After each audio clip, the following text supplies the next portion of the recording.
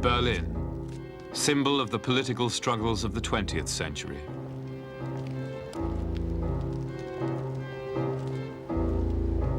Focus of modern confrontations between the superpowers of East and West.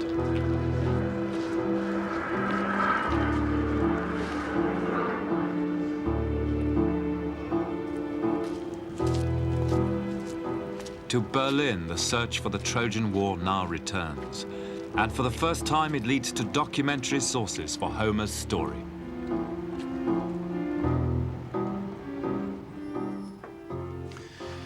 In our search for the Trojan War, we now come to perhaps the most sensational evidence of all, a prehistoric Foreign Office archive, in which, on the face of it, we could actually have letters written to Agamemnon himself, a treaty with Paris, the lover of Helen of Troy, and even, in the most dramatic of all recent finds, a fragmentary diplomat's report concerning the war itself.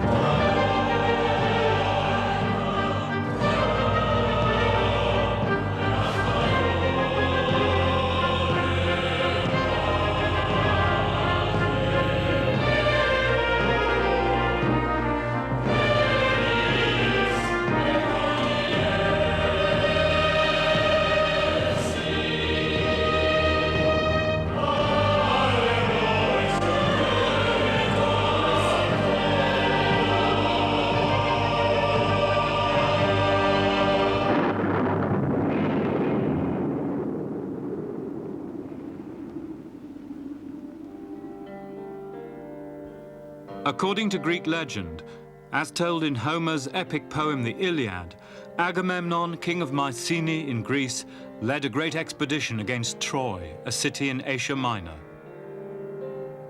The war was fought to punish the seizure of a Greek queen, Helen, by the Trojan prince Paris. Homer says Agamemnon was a great king and had allies from all over Greece and the islands.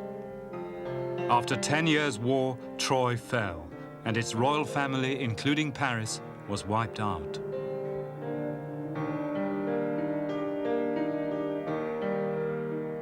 But is it possible that the love affair of Paris and Helen was really, as the ancients thought, a pretext for a struggle between ancient superpowers of East and West? And if it was, why has it apparently left no trace in the historical record?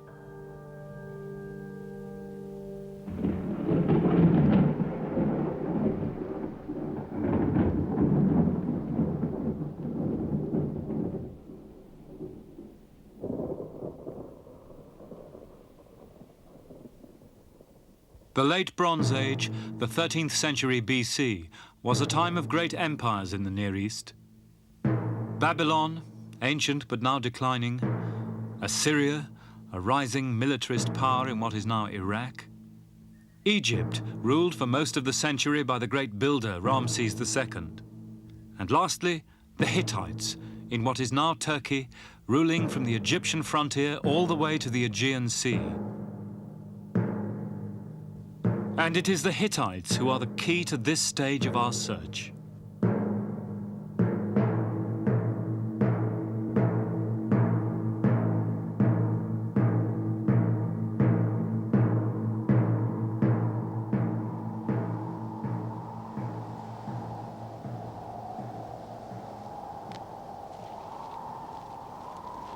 Boğazköy, in the mountains 200 miles east of Ankara, Turkey. In the Bronze Age, this was the capital of the Hittite Empire, Hattusas. In the 13th century BC, when legend says Paris lived in Troy and Agamemnon in Greece, this was one of the great cities of the world.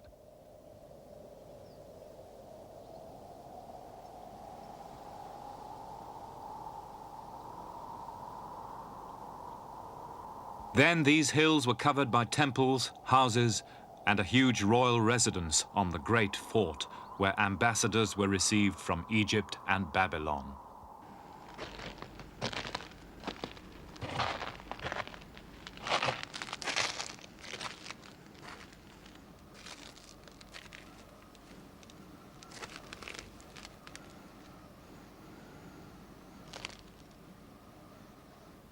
In a secluded rock cleft nearby was the private chapel of the Hittite emperors who lived at the time of the Trojan War.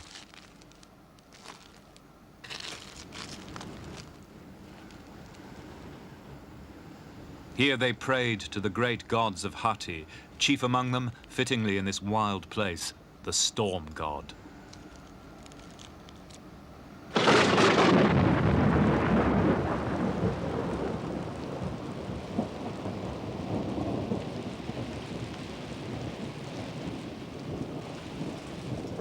It was at Boğazköy that a discovery was made which has potentially sensational implications for our search. A diplomatic archive written on clay tablets.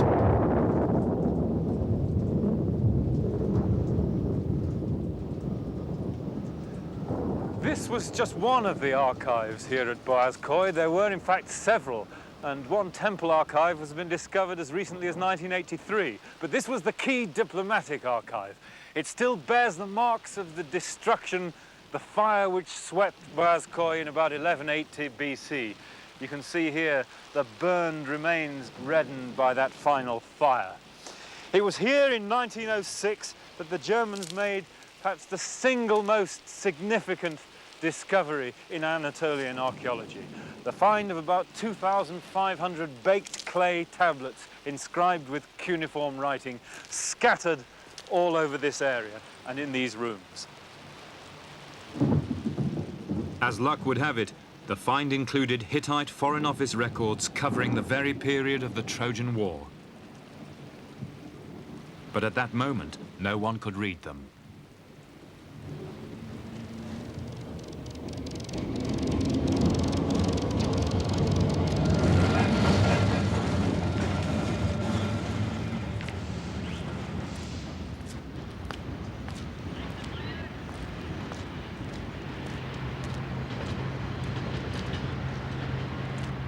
After their discovery, the Boğazköy tablets were removed to Berlin, which became the center of research into the Hittites.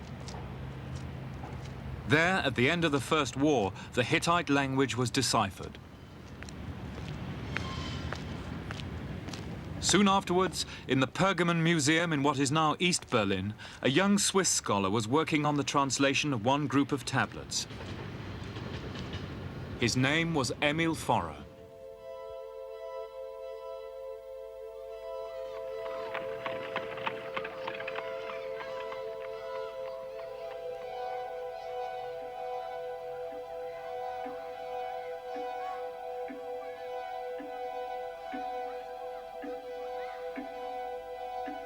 What Forrer saw next, in the little study room of the museum, was one of the most remarkable of all discoveries in the search for Troy. Peering at the cuneiform writing, he started to see strange versions of names he knew all too well from Homer. Here, apparently, were repeated references to the land of the Achaeans, Homer's word for the Greeks. Here was Troy itself, Atreus, the father of Agamemnon. Even Alexandros of Ilios, Homer's other name for Paris, the prince who carried off Helen of Troy herself. For Forrer, born a few years after the death of Heinrich Schliemann, it seemed perfectly likely that these tablets should mention the Greeks as an important state. What more natural that alongside the great powers of the ancient Near East should have been Schliemann's golden Mycenae?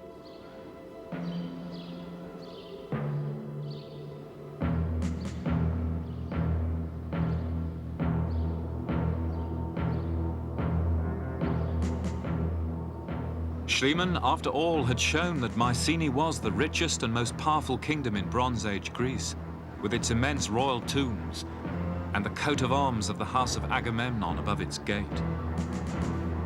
In a palace here, thought Forrer, had ruled a Greek great king, a fringe member of the select diplomatic club of the ancient Near East. To him, the Hittite emperor wrote as a brother and an equal.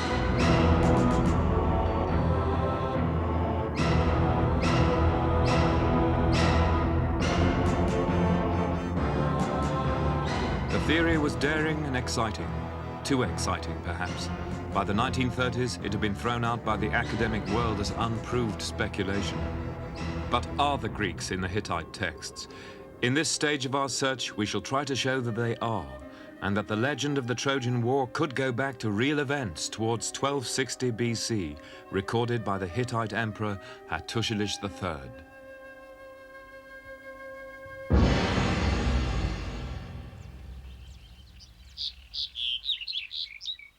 First, we must remember that since the decipherment in 1952 of the Greek Linear B texts, we now know what Emil Forer's generation did not.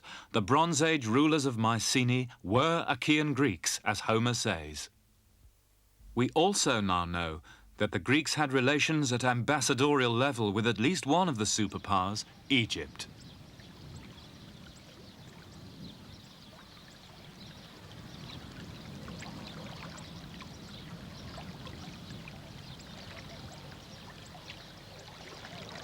Here at Egyptian Thebes, now Karnak, Cretan and Greek traders had unloaded their wares for 2 centuries. And an inscription found here recently shows that Egyptian foreign relations experts knew about the towns of Greece, especially Mycenae. But can the Egyptians tell us what status the Greek kingdoms had in this world of Near Eastern diplomacy? An expert in Bronze Age international relations at Liverpool University, Dr. Ken Kitchen. Is it possible to guess at what the Egyptian attitude to the Mycenaean Greeks might have been? Just foreigners on the edge of civilization would be their view, quite simply. The outer rim of the world which they knew. There was Egypt in the middle, with the Nubians and the peoples of Punt to the south, the Libyans to the west, the ancient Near East of Canaan and the great powers of Assur and Babylon out to the east and the north, and Hatti on the north, and right out on that northern edge, the Hau Nebu, these little islands of foreigners, what we call the Greeks and others, right on the outer margins. And we talk about the great powers of the day, but I mean, was there a grading of the sort of superpowers and the lesser ones? Very definitely, yes. You had to have certain achievements, presumably warlike successes and things of that kind, or a certain level of empire, to take the formal title of Great King. So there's a definite set of kings who would be recognized as superpowers at the day.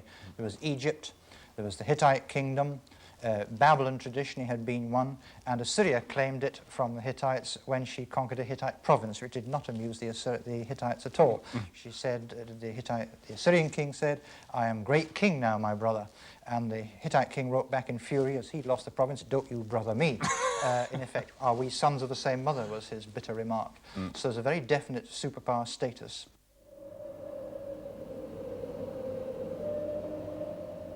But according to Homer's Iliad, Agamemnon had just such status.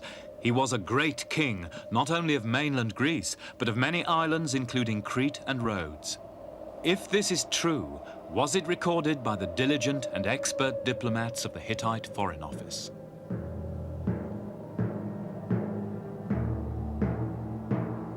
Homer insists that the Bronze Age Greeks called themselves Achaeans, Achaewoi. But the Hittites speak of a powerful kingdom to the west called Achaeawa. Are they the Greeks? Where was Achaeawa? There are many theories. Was it perhaps in Thrace, present-day Bulgaria? Could it have been an Anatolian state based at Troy itself? Was it an island kingdom, for example Rhodes, which was colonized by Greeks? Or could it be a mainland Achaean Greek power, perhaps centering on Mycenae itself, as Homer's tale would suggest?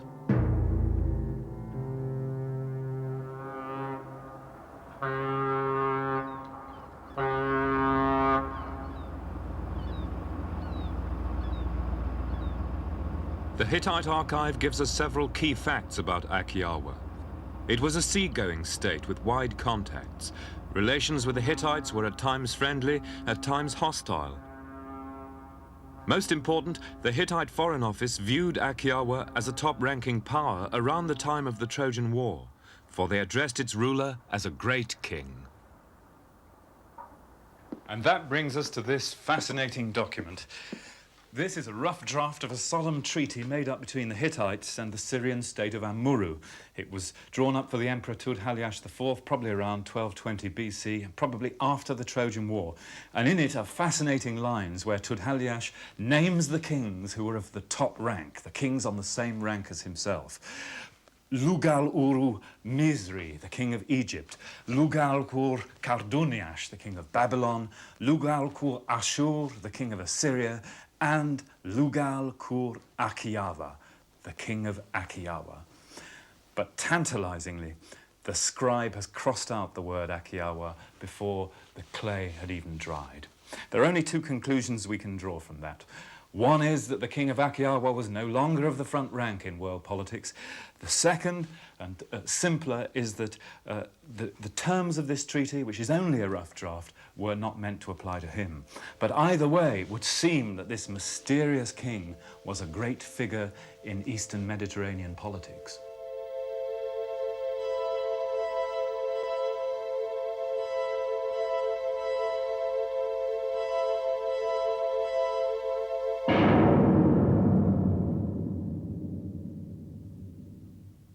But was he a Greek king? Some scholars totally reject the Mycenaean connection. James Mellott of the University of London. Of course, there's no evidence what they called themselves at all. We do not know. I think in this case, before we jump... We do know they were Greek, though, now, don't we? We know that they were Greek because the texts are in Greek. Well, if I was going to argue for the Greeks being the kingdom of Akiawa, I would say, well, here we have clearly a major kingdom to the west of the Hittite sphere of influence, a kingdom which interferes militarily and diplomatically with the Hittites on their western fringe. It's a kingdom that sends ships trading with Syria, a kingdom which even has exchanges of royal family occasionally, so they've got friendly relations. Now, all that seems to me to fit the Greeks very well. It's quite a plausible model. Why don't you think that it's plausible? Plausible is the word you stress. I think what is becoming rather an irony is that whereas Mycenaean archaeologists have now almost reached the point where they say that there was no such thing as a great Mycenaean state, with a lot of small ones all fighting each other, on the basis of literally one reference in Hattusili's letter to the king of Achaeawa, where he calls him my brother and therefore he's a great king. We've got a bit of a contradiction here. All right, you can no doubt, link this to Agamemnon, etc., but I don't think anybody in recent years has tried to...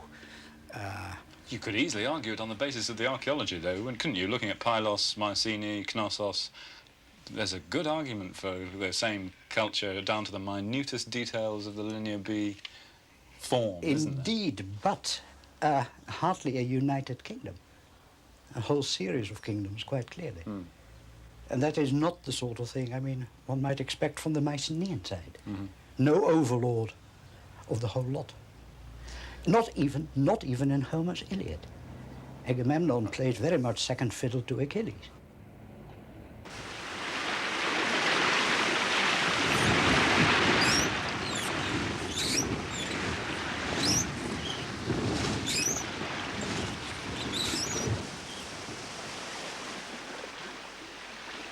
We're in the narrow seas between the coast of Turkey and the Greek islands opposite.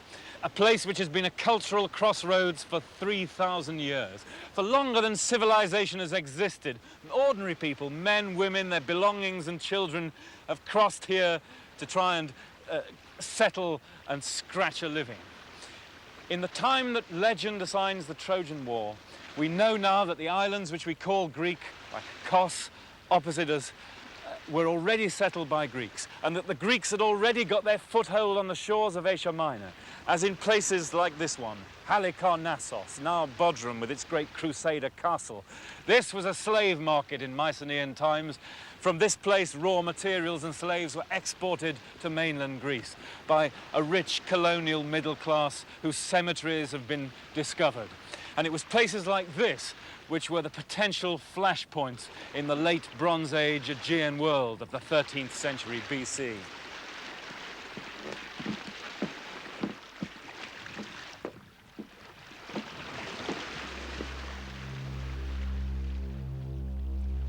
Recently, archaeology has given fresh clues confirming the Greek presence on the fringe of the Hittite world. Their pottery has been found in 30 places. In Greek Linear B tablets, 6 place names have so far been identified where the Greeks took Asian slave women. Most important, 3 places in southwest Turkey have now revealed evidence of Greeks actually living in Asia Minor. Chief among them was Miletus.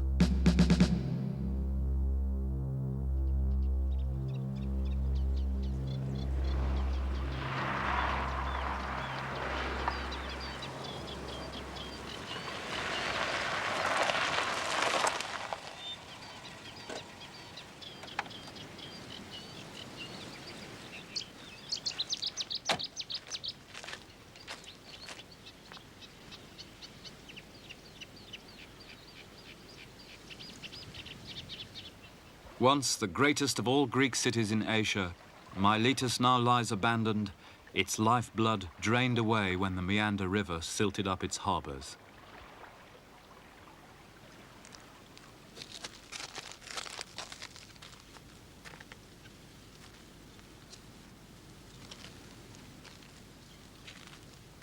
In the late Bronze Age, around 1300 BC, Miletus stood on a sea-girt promontory. It was fortified with a circuit wall enclosing an area larger than Mycenae. Almost all the evidence is now obliterated, but a palatial building stood on a low hill inside the town.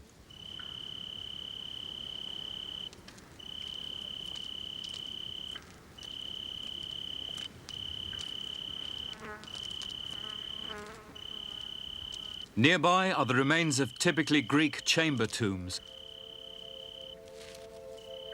A well-to-do cemetery where rich citizens of Miletus were buried with Greek grave goods imported from Mycenae.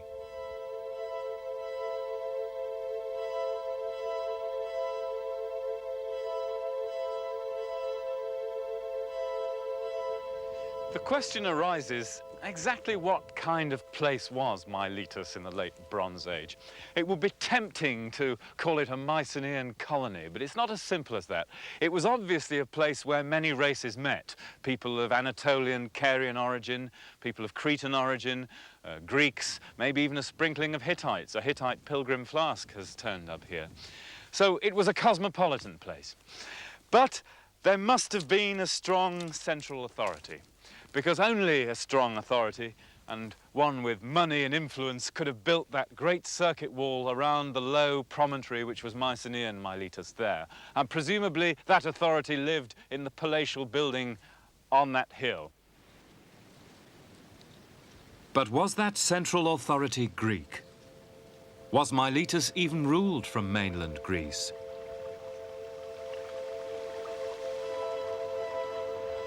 Its name seems to appear in Greek Linear B tablets as a place from which the mainland Greek rulers imported Asian slave women.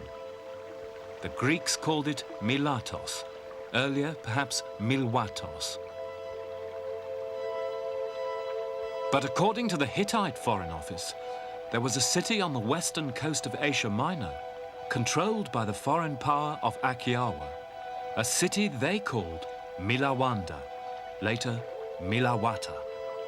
And the Hittites and Akiawa had a major diplomatic crisis over this place. Are Miletus and Milawanda the same?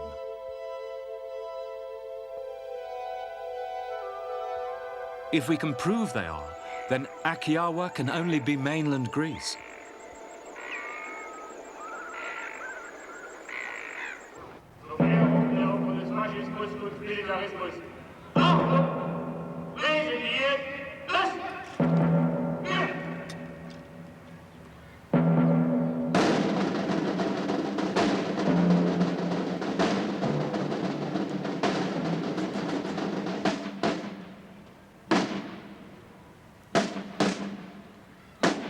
And in the surviving tablets in East Berlin, we begin to glimpse a story with a modern ring.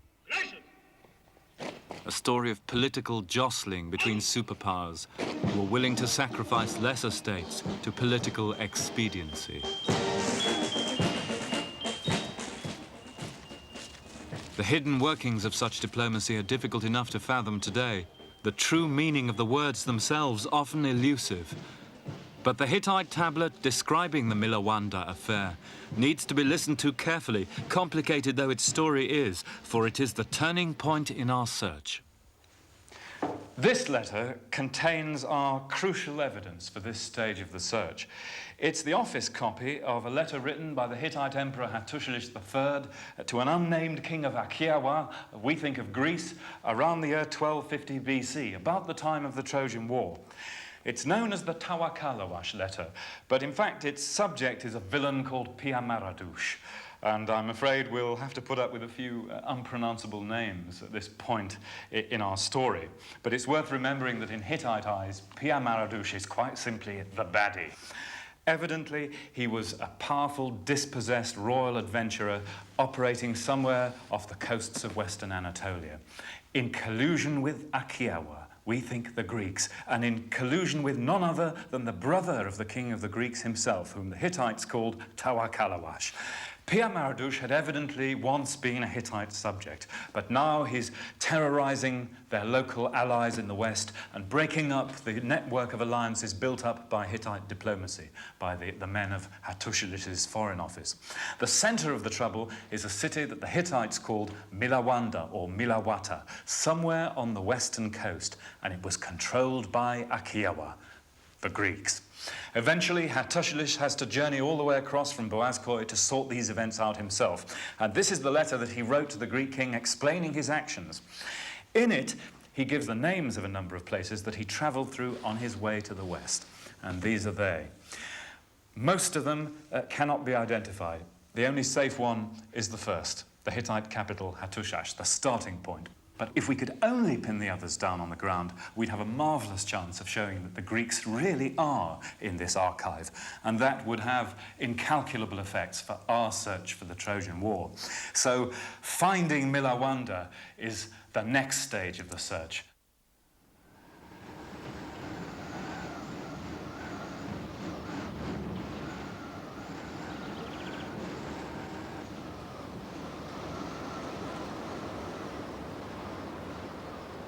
The empire administered from Hattusas depended on its ability to protect its distant provinces. And Hattushalis was not a man to refuse the challenge of a villain like Piamaradush. Now around 60, brother of the late king, Hattushalis had been a sickly child, but by great willpower had become the Hittites' best general. And then, when he deposed his unpopular nephew, great king himself, as he put it, with the blessing of the storm god.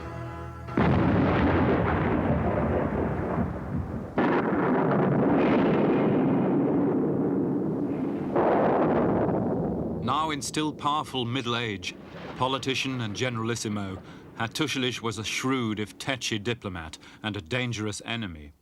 And with the outer provinces of his empire threatened, he had to act.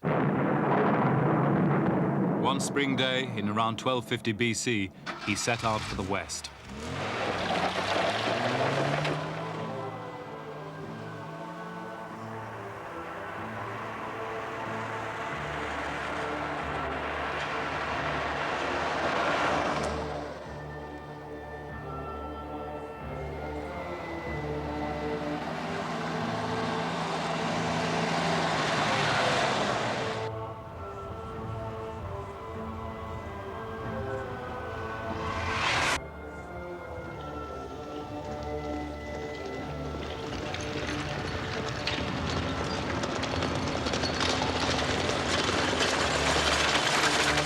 A week into the journey, the letter says Hattushalis reached the road junction of Salapa, probably modern Sivri Hisar, 100 miles west of Ankara.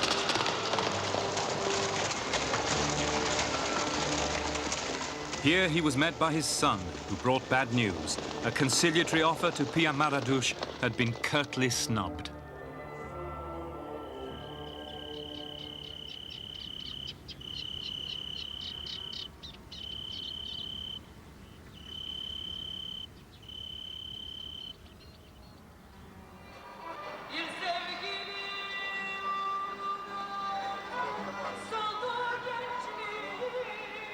After Salapa, the main western road ran, as it still does, to the modern town of Aphion, the Hittite fortress of Hapanuwa.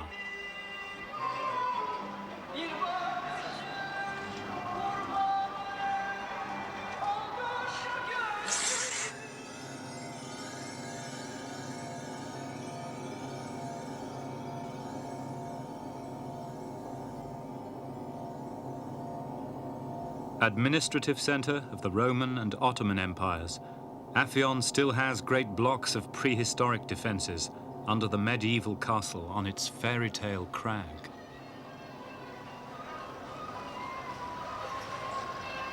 But which way do we go from here?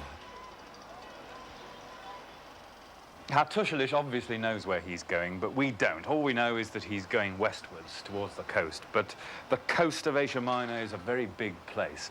And really, this is our crunch here in Aphion, because from here we have to make the decision as to whether we're going to go up towards the Sea of Marmara in the northwest, near the region of Troy itself, to look for Milawanda. Are we going to go directly westwards towards modern Izmir, or are we going to go down into the southwestern corner opposite the Greek islands of Kos and Rhodes? To me, the evidence for the southwestern location is absolutely overwhelming. The question centres on the people that the Hittites and Hattusilish called the Luka people, who called in Hattusilish all the way from Boğazköy to help them. Are they the people who later lived in what was known as Lycia, today Lycia, this southwestern coastal area? Well, they also appear in the guise of pirates raiding Cyprus down here, which is really barely conceivable if they lived up in the Sea of Marmara. But most interesting of all, a number of the towns in Lycia seem to have preserved their names from Hittite times all the way through to classical times, 1,000 years or more. So I think that the Luka people are to be found in this southwestern area known later as Lycia, and that, I think, is where Hattusilish headed, and that's where we're going to go.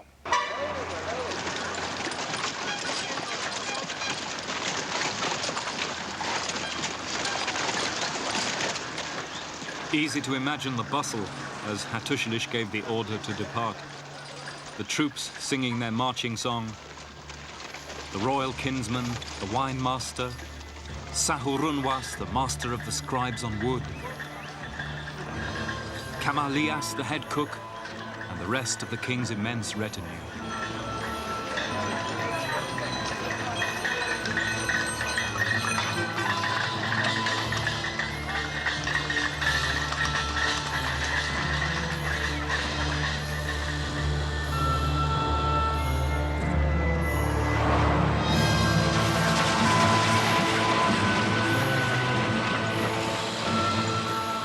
Drive the modern route to the Aegean from Aphion, and you're on the line of the Roman and Persian roads, and probably the Hittite before them.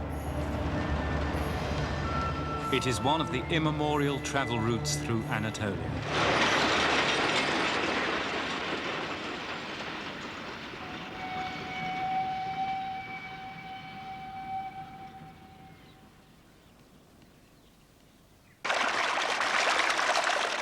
"400 miles into the journey, the arid landscape of the central Anatolian plateau gives way to the fertile valley of the Meander, the greatest of the rivers of Asia Minor.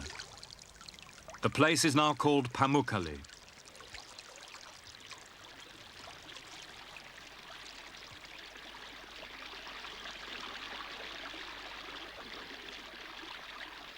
Here, the ancient road descended into the river plain before heading west on the last leg towards the Aegean Sea and the Greek world.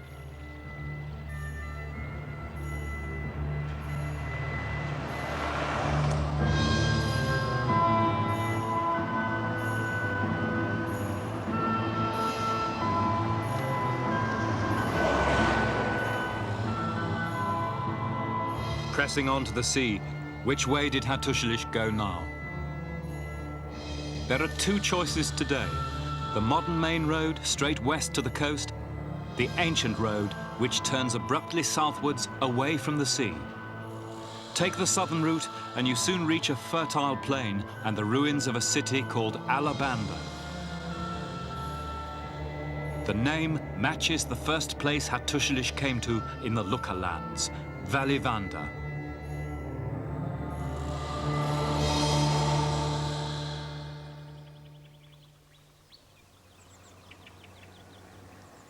Hattusili's letter now gives us another clue. The next place he reached was a fortress called Ialanda on a steep and waterless height.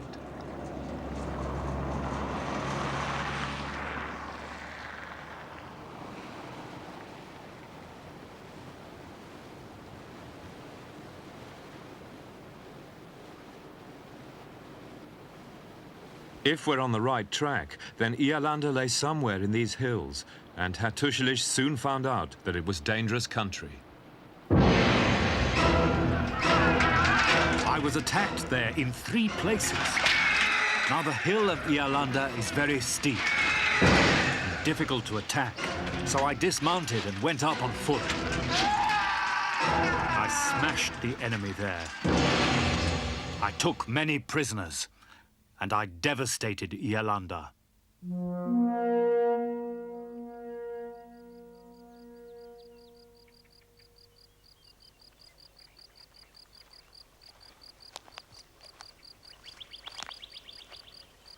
To find the site of Hattusili's victory, you have to leave the car just as the emperor left his chariot and climb to the summit on foot. Here, high above the ancient route to the Aegean, is a forbidding hill, precipitous and waterless. The classical builders had to construct an aqueduct to supply it.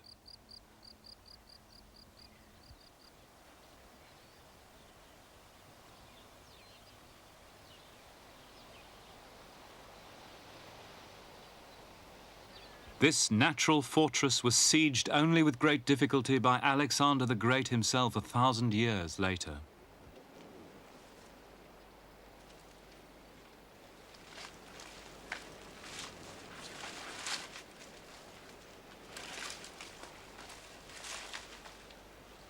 Under its tremendous classical ruins lie earlier defenses.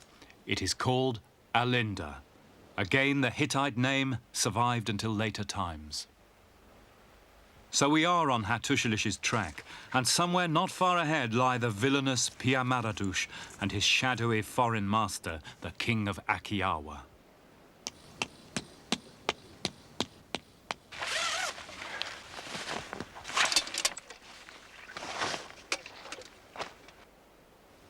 Such thoughts were on Hattusili's mind as he camped nearby, for now he had his scribe write again to the Akiawan king. My brother, I'll tell you exactly what happened. As we were short of water, I divided my forces and left my 7,000 prisoners under light guard. But Pia-Maradush seized them. I would have let bygones be bygones, but for that. My brother, I wrote to him a last time, asking him to come here to me. And I write to you, asking whether you know of his attacks on me. I have done all this before I cross over into your territory around Milawanda.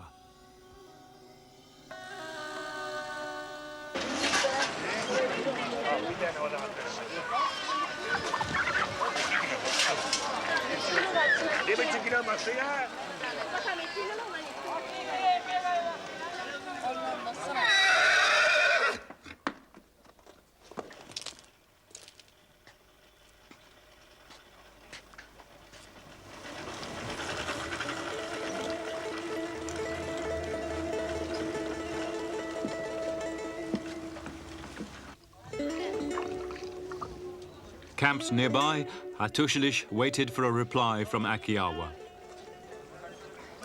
Time was running out. The empire needed him elsewhere. But when my brother's envoy arrived at my quarters, he brought me no friendly greeting from you and no customary gift. But he did say that you had instructed your governor in Milawanda to hand over Pia-Maradush to me.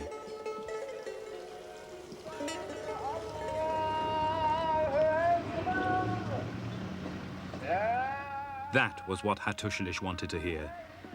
He would go to Milawanda himself and take Pia-Maradush. And that, let us remember, involved crossing over a foreign frontier recognized by treaty by his Foreign Office.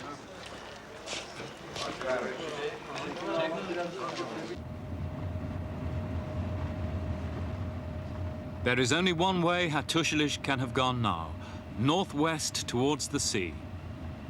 The ancient road ran along what is now a great salt lake, Bafagöl.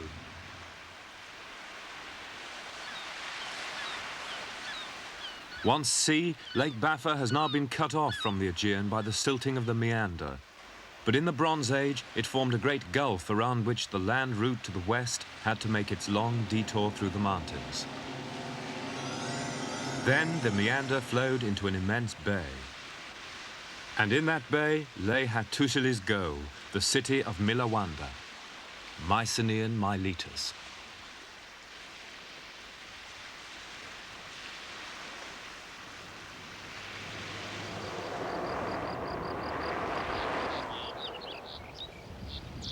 Now lying low, baking in the silt plain of the Meander, then washed by the sea with a magnificent backdrop of the Greek islands behind.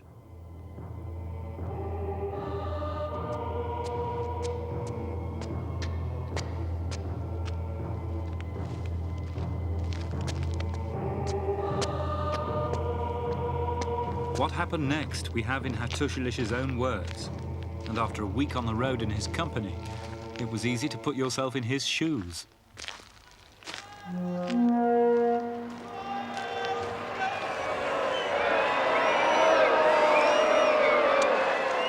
I entered your city, Milawanda, because I have a few things to say to Pia Maradush that I think it would be good the rest of your citizens here listen to. But my visit here has not gone very well. I asked to see your brother, Tawakalawash, and I'm told he's away. I asked to see Pia Maradush, and I'm told he's taken a ship and gone overseas.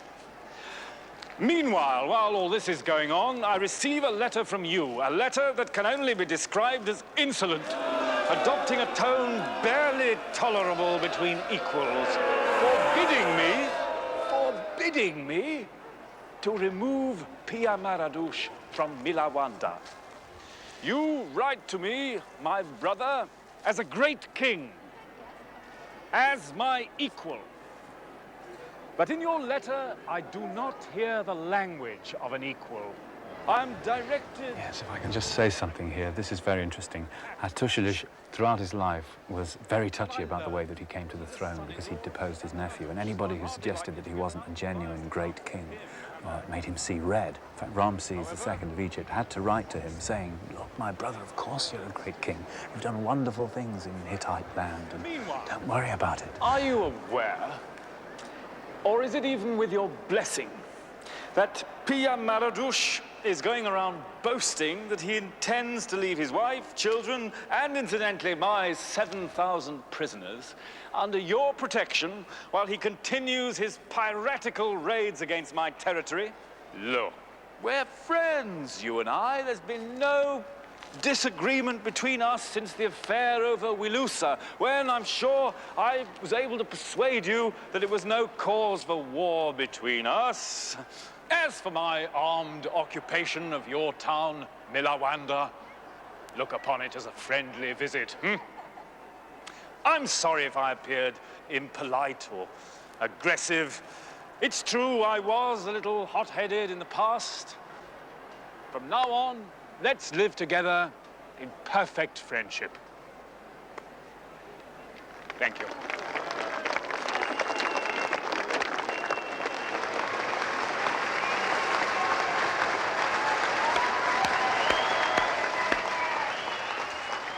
Tremendous, isn't it? Can you imagine any modern government being so reasonable?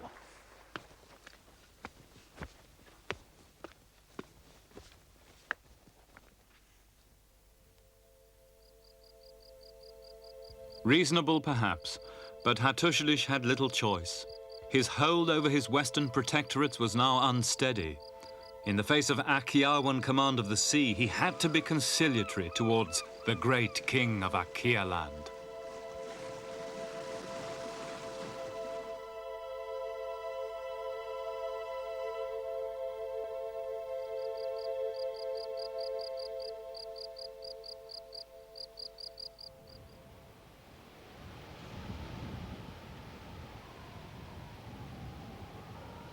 For if we have read the Hittite archive right, it was the mainland Greeks who held Miletus, and in the eyes of the Hittite Foreign Office, there was a great king of Greece, just as Homer's tale has it.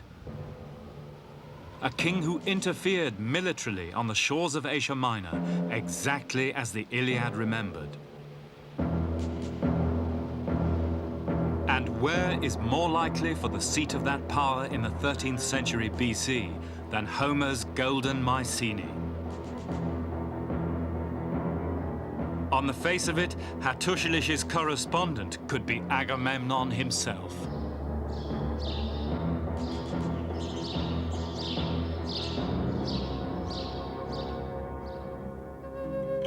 So there is a new question to ask of the Hittite Foreign Office. Do they have records of Troy?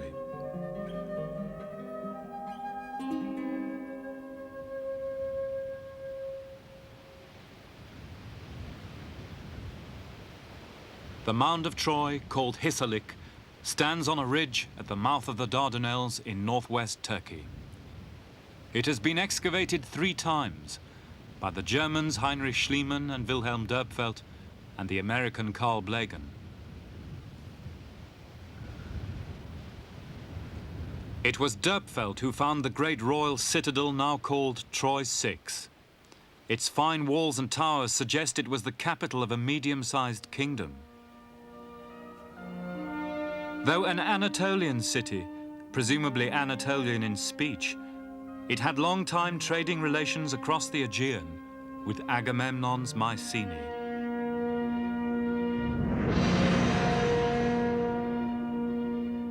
This city was violently destroyed in Hattusili's day, but the excavators disagreed as to whether the cause was an earthquake or the hand of man.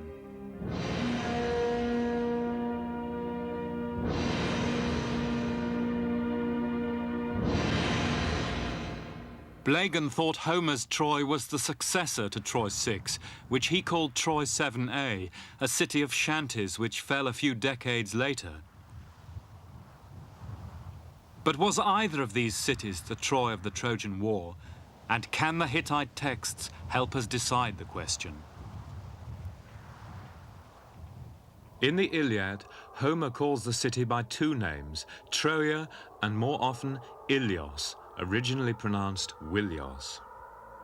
Now in this general area, an earlier Hittite tablet names 2 places, Tarwisa and next to it, Wilusia. At the time of the Trojan War, they may have come within an important state called Wilusa, and according to Emperor Hattusilis, it was over this state that the Hittites actually came to blows with the Greeks. Was Wilusa Troy?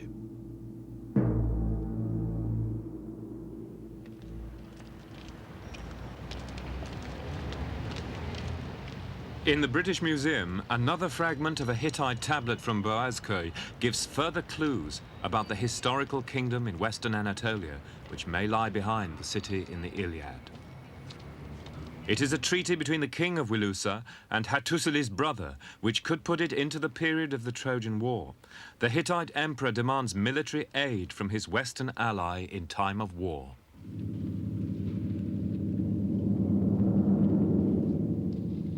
If I, the son, am called out on campaign, says the Hittite king, these campaigns are obligatory from Hattusas.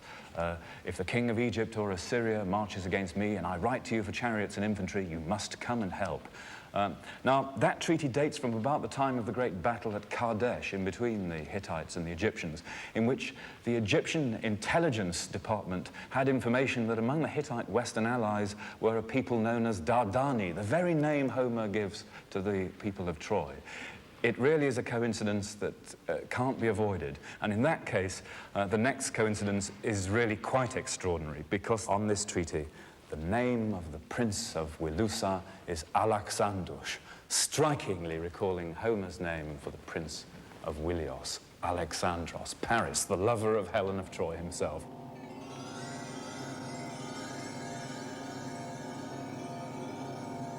Alexandros is the usual name given by Homer to Paris. and a tradition survived in the ancient world in Anatolia that the Hittite ally was indeed Helen's lover. If he was, then, ironically enough, he would have been well into his 50s, not the young Adonis of Greek tradition, the girl-crazy playboy described by Homer. Instead, a grizzled veteran of 30 years of battles from Syria to the Aegean. At that point, he vanishes, and his city is plunged into disaster. What happened? Is there, after all, a grain of historical truth behind the tale of the most famous seduction in history?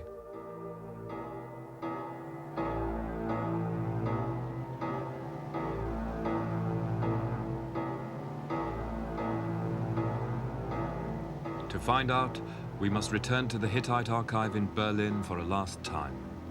And from these fragmentary Cold War messages 3,000 years old, a possible story can be reconstructed.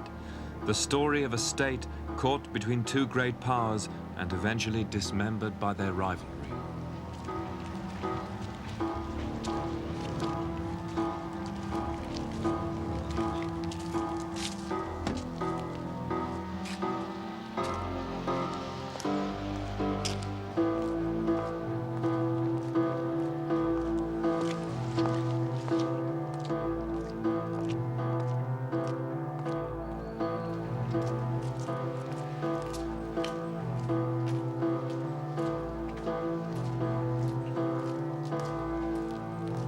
Putting together several tablet fragments, the story could be this.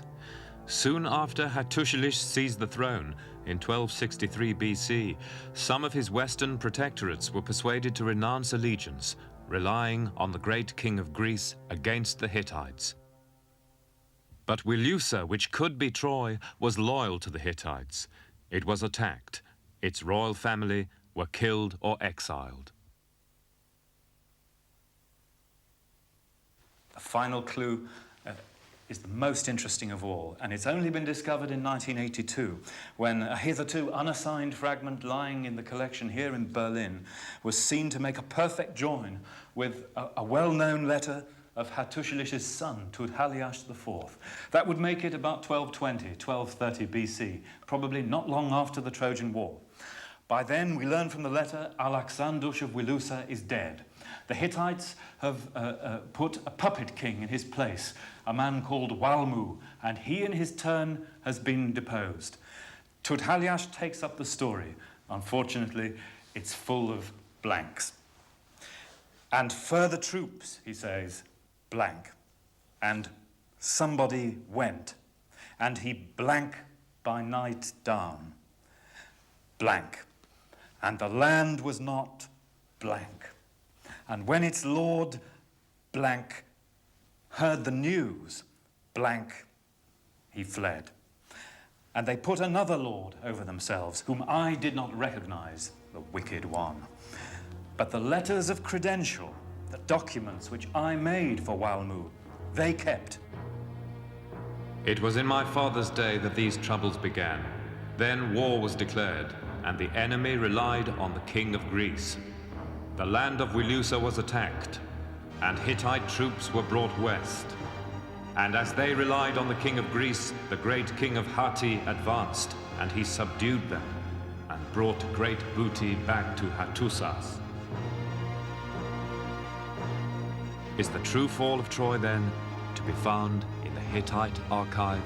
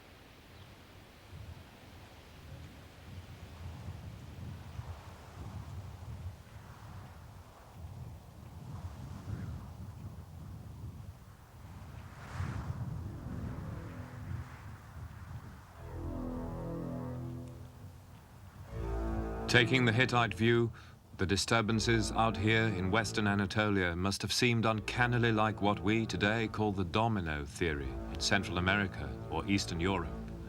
The diplomatic fabric patiently built up by their Foreign Office experts over 2 centuries was now being torn apart. They could no longer guarantee the sovereignty of their most far-flung protectorate. As for Troy, if it was Wilusa, it had been loyal to the Hittites for 400 years. And if our Hittite version of the Trojan War is even something like the truth, it is not hard to imagine how they felt. This marvelous city of Troy VI maintained its cultural separateness for 500 years, and probably its political separateness too. They must have been very astute kings, the men who built these wonderful walls. But they looked westwards. Their main imports seem to have been from Mycenae itself. The Greeks, on the other side, looked this way. They, as we've seen, were trying to catch a foothold on the coast of Anatolia, looking for metals, raw materials, slaves, perhaps even to carve out petty kingdoms. And that, I'm sure, was why the Hittites came in, over to this side. The Hittites were quite prepared to acknowledge that the area of Miletus, Milawanda, might be in the Greek area of influence. But this part of the world, with the related kingdoms of Wilusa and Arzawa, was certainly, let there be no doubt about it, in the Hittite diplomatic sphere. And they came in for security reasons, a good reason for intervention that we understand well today. And so the crisis that had been brewing between those 2 superpowers came to a head. And I think we can imagine worried ambassadors scurrying through this gate to report to their king. And in the course of a campaign in which perhaps many cities were sacked, this citadel fell. But whether it was Troy VI, with its beautiful walls and its fine houses, or Troy 7A with its shanties and its soup kitchen, I'm no longer sure. I'm not certain anymore about the earthquake that Carl Blegen thought leveled Troy VI, or the date for that matter. In fact, the questions still stand. Who sacked Troy? The retreating Greeks, the Hittites, or someone else? And which Troy?